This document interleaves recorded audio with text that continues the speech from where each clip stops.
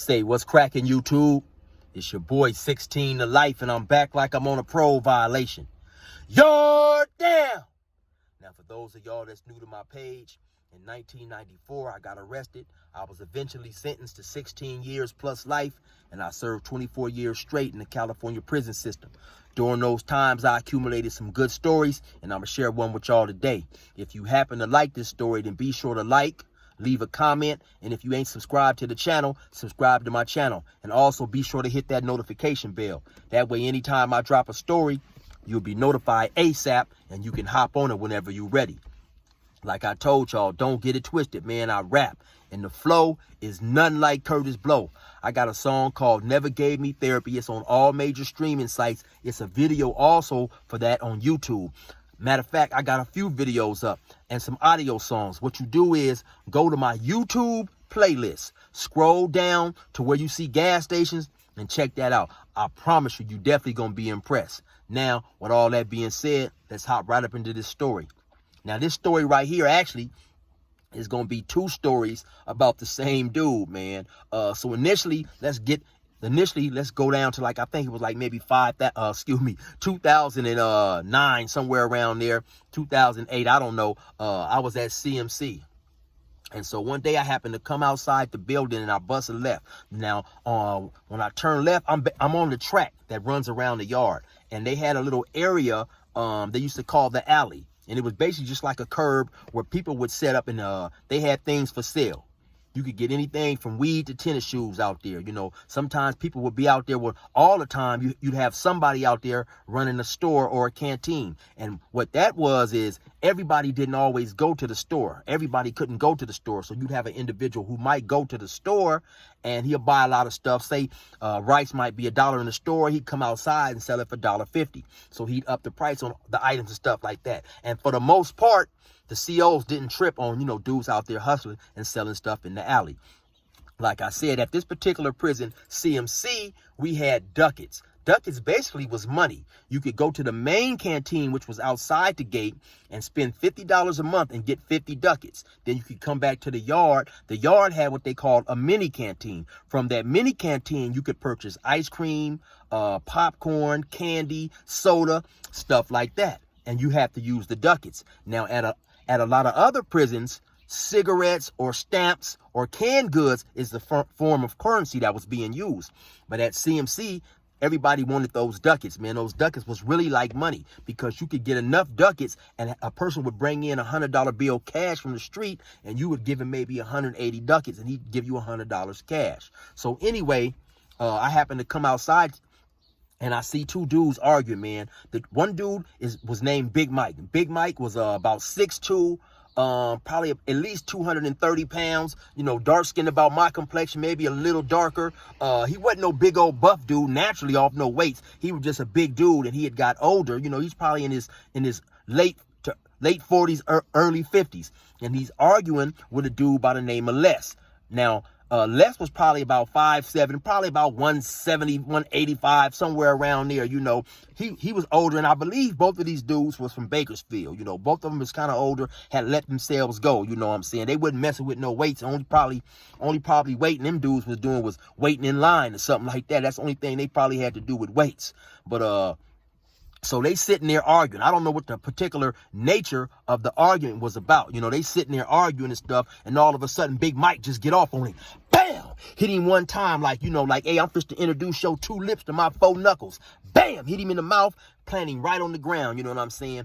Put him down like, set him down quick like a VIP at a 5-star restaurant. So when he fire on Les, when Les' back pockets hit that asphalt, let's jump up and he try to rush Mike. But now when he rushed him, it's kind of like he's a little maybe nervous because, Big Mike then just knocked him down. And like I say, Mike had a height and a weight advantage. But so now Mike back up a little bit and Mike is throwing out an uncoordinated jab. So then that's when I said to myself, dang, Big Mike really can't fight. Just by him taking off unexpectedly and having the weight advantage, he knocked the dude less down. But now all this is being done right outside in front of everybody. So you had a couple dudes hollering like, hey, man, y'all kick back, y'all kick back, y'all gonna get caught. So they stopped eventually and walked their own separate way, And so now fast forward maybe about seven 6 years later. I don't know. I mean, after that. Now, one day we outside again. We're playing dominoes. Me, my partner Jesse from Harbor City. Shout out to Jesse. My partner HD from Harlem D. And it's another dude. Now we're playing up against this, like, it's against up against a wall. They had these like metal tables, and now each table had 4 seats connected to the table, so you could sit down and play cards and stuff like that. So we're playing dominoes. You know, we used to do this every day. You know. So maybe about 3 or 4 tables down is some white dudes down there. They're playing poker. Now, it was a dude down there playing poker by the name of Joker. Now, Joker was probably about 5'7", maybe 160, 165 pounds. Joker was a dope fiend, you know, and didn't look like he had no strength whatsoever. Wore glasses, a real, you know, nerdy looking type individual. So anyway, Joker hollered up to the table to where we're playing dominoes at. He said, "Hey, HD, I got that money for you." So we're in the middle of a game. Me and Jesse's playing HD and his partner. So just so happened, Big Mike happened to be walking by. So HD said, "Hey, Mike, go down there. Will you go down there and grab that money from Joker for me?" So Mike go down there. He get the ducats. He come back. He give when he hands HD the ducats, Joker hollers back to him, "Hey man, that's like 25. I'll give you the other 5 or whatever a little bit later." And HD said, "Oh, okay, that's cool. Don't even worry about it." You know, I guess so. They had some type of deal. He had been owing HD for a little bit. So HD he was like, "Man, I ain't tripping. You know, that's, you know, as long as I got the bulk of it," because he had been owing him for a while. So when Big Mike hear this, Big Mike say, "Shoot, man, I'm supposed to go get that. I'm supposed to go get that other 5. HD told him, "No, man, don't even trip, man. We ain't tripping on that." Big Mike said, "Oh, no, shoot, he got to pay that. He got to pay that." But now keep in mind, this don't have nothing to do with Big Mike. He's inserting himself into a situation because he's being thirsty and he want a free $5 or whatever. So the next day, we out there, we're playing dominoes again. You know, like I say, me and my partner Jesse, HD is out there once again with his partner. And so Big Mike, he's over there hanging around. Big Mike would come and play dominoes from time to time, but he wasn't a daily regular. And so now this day in particular, I'm happen to be sitting with my back to where the white dudes are playing poker. My partner Jesse is across from me. So we're playing poker. We're playing dominoes. And Big Mike, he walks down towards the white dudes playing poker. So, you know, we in the middle of a game. Then all of a sudden, somebody, I forget who, they said, "Hey, man, look, Mike just fired on Joker." So now when I turn around, I see Joker is still sitting at the poker table, and Mike is swinging down at him. But then Joker manages to stand up and rush Mike. He grabbed Mike, and they, you know, tussling around, and he kind of slammed Mike to the ground. Now, when he slammed Mike to the ground, Mike is on all 4s, and Joker is standing with his legs,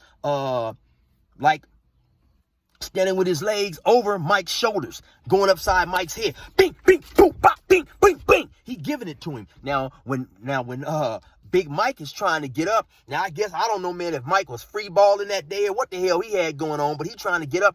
His whole pants fall out. All you see is his butt, man. Talking about, you know, that dude had more crack out than a South Central street corner in the mid-'80s. I'm talking about, you know, it wasn't a sight to see, man. I don't know if that dude was no Raider fan, but he definitely was displaying his black hole that day. You know what I'm saying? And so now when he's trying to get up some type of way, they fall back down again.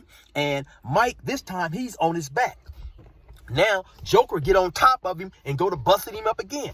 Bing, boom, bop, bing, bing, bing. So now at this point, it's another blood out there by the name of Mike. Now, both, like I say, Big Mike is an older dude from Bakersfield. I don't believe he gangbanged, but it just so happened to be a blood there. So the blood walk over there, and he's sipping on some coffee. So he threw whatever he had left in his coffee cup in Joker's face. He said, "Get up off him, fool," and pushed him. So now, of course, Big Mike get up. You know, they get up.